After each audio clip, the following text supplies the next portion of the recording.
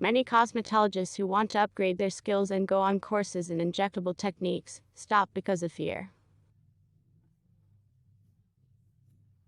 They are afraid that they will inject something in the wrong place, that they will fail, that they will not be able to inject, that the client's gel will migrate somewhere, that there will be some side effect in the form of swelling, bruising, or distortion of the face.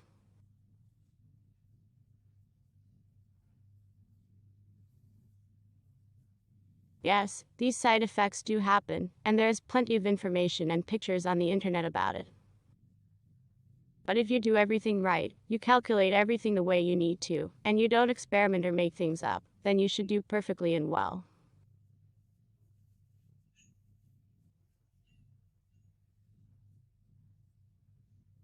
No one is immune to side effects such as swelling, bruising, or hematoma.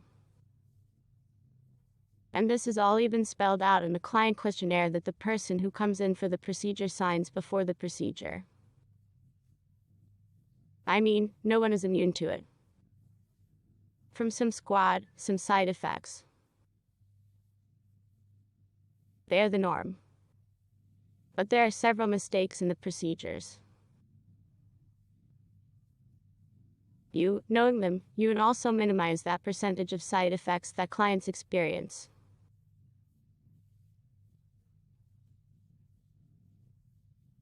So, in this video, 6 common mistakes when performing Botox treatments. Mistakes that can lead to a lack of results or some unwanted side effects, in the form of infectious inflammation.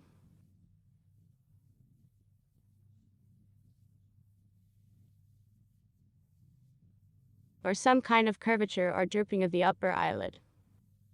So, well, the first most important rule of antisepsis in prescription. Yes, that is, you must have everything sterile, all needles of course disposable, sheaths, caps, tissues, syringes. That's what I'm talking about. I won't even talk about that, because it's such obvious stuff that you should probably already know about it. As our father. Mistakes in Botox treatments, Botox procedures. The first is unofficial drugs bought not from official firms. That is, by buying such a drug in an unofficial one, you're already exposed to some risk that something may go wrong.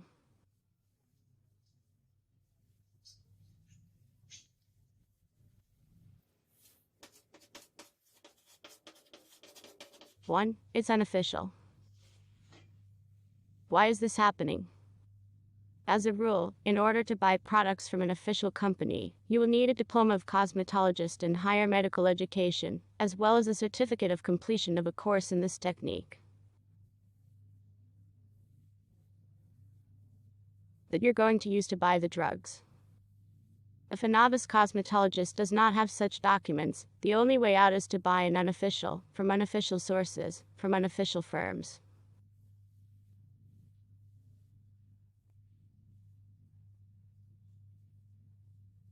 And, as a rule, such firms do not have licenses and certificates on Korean origin drugs. And I wouldn't say they're bad, because I use them myself.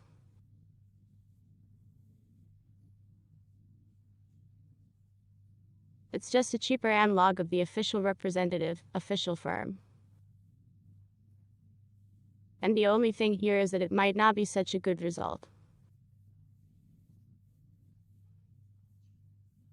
We should all realize that cheaper means a little bit, so in terms of quality. On the manufacturing technology of this drug will be a little worse. It's cheaper. If you buy from trusted companies, who have been doing this for a long time, from which cosmetologists take products, work with people are satisfied and happy, it is safe. I wouldn't risk ordering from some new company. That is, we order only on the feedback of those who have already worked with someone. The next mistake that can lead to undesirable consequences is the expiration date of the drug.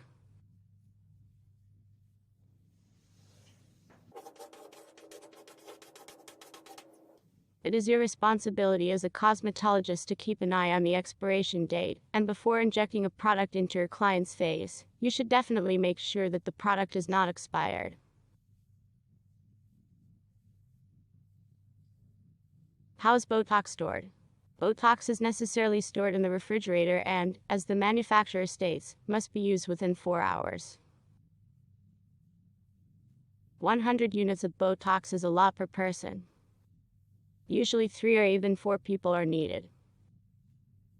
Therefore, not all beauticians can fit all clients for Botox to come on the same day at the same time.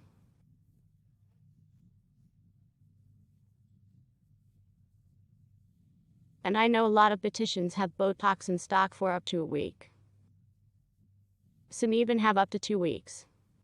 And after that time, they take it out of the fridge, they make it, and the procedure basically carries some efficacy. But you have to realize that if you have an unofficial drug, plus shelf life in the refrigerator, it's been sitting there for a week or 2, it's minuscule results. That is, it worsens the result. The next mistake when performing Botox is improper dilution of the drug.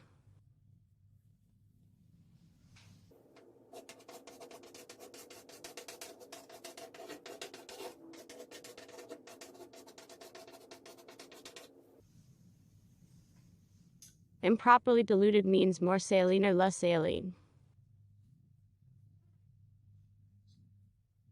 In order to dilute Botox 100 units, we will need 1 milliliter saline solution. If you dilute the drug with a smaller amount of saline, it becomes concentrated, and its actions are difficult to predict because it becomes very strong and is not necessary.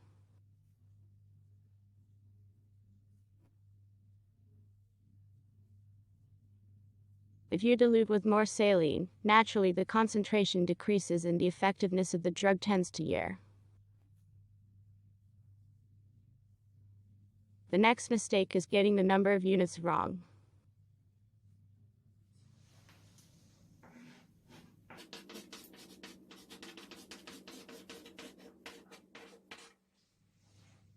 For each zone, there's a standard for how many units can be put in there.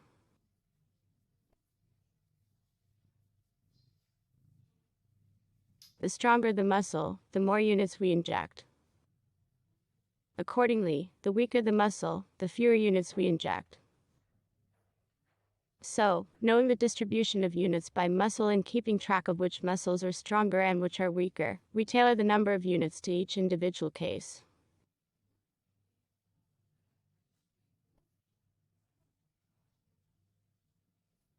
And in the case if you did not learn it in the courses or where you studied, who told you, did not give you enough, did not explain how to select units for zones, then, accordingly, there may be a mistake here.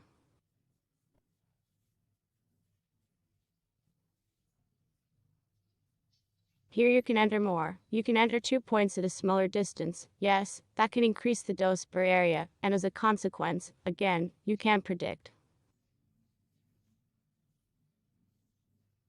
what the effect will be, or not bring the number of units to a strong muscle, for example, and thus you will have a lack of result. The 5th mistake is getting the zones wrong. What do you mean by misaligned zones? The areas chosen for the Botox procedure are the upper third of the face, which is the forehead, interbrow and hound's feet.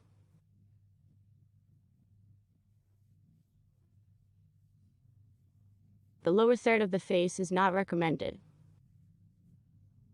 especially if you don't have a college degree, and even more so if you didn't understand something in a Botox refresher course if you don't recognize something.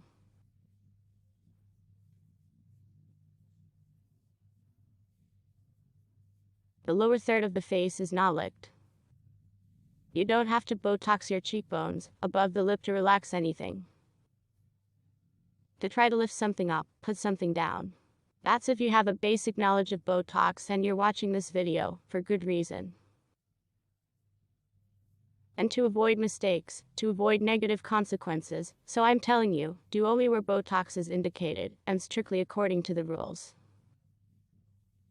So it's forehead, interbrows, goosebumps. All other areas are off limits. to avoid negative consequences so that you don't have bad reviews about you, and you don't have dissatisfied customers. Please don't do this. And the sixth reason, well, I've already talked a little bit above about storing the drug. That is, the drug must be stored in the refrigerator. Use within 24 hours or 4 to 5 days. The Botox preparation is also transported in a small cooler. That is, it is unacceptable to move Botox from point A to point B by simply picking up a bottle and putting it in your pocket.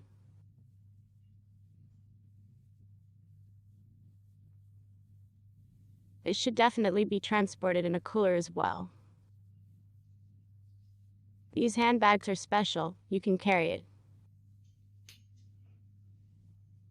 Well, and in the cosmetology office you should have a small refrigerator special for cosmetologists. There are actually all the drugs in stored.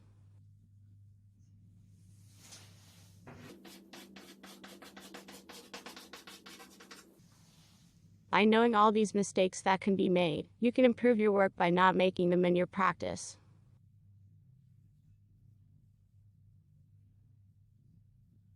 I wish you nothing but satisfied customers and smile more often.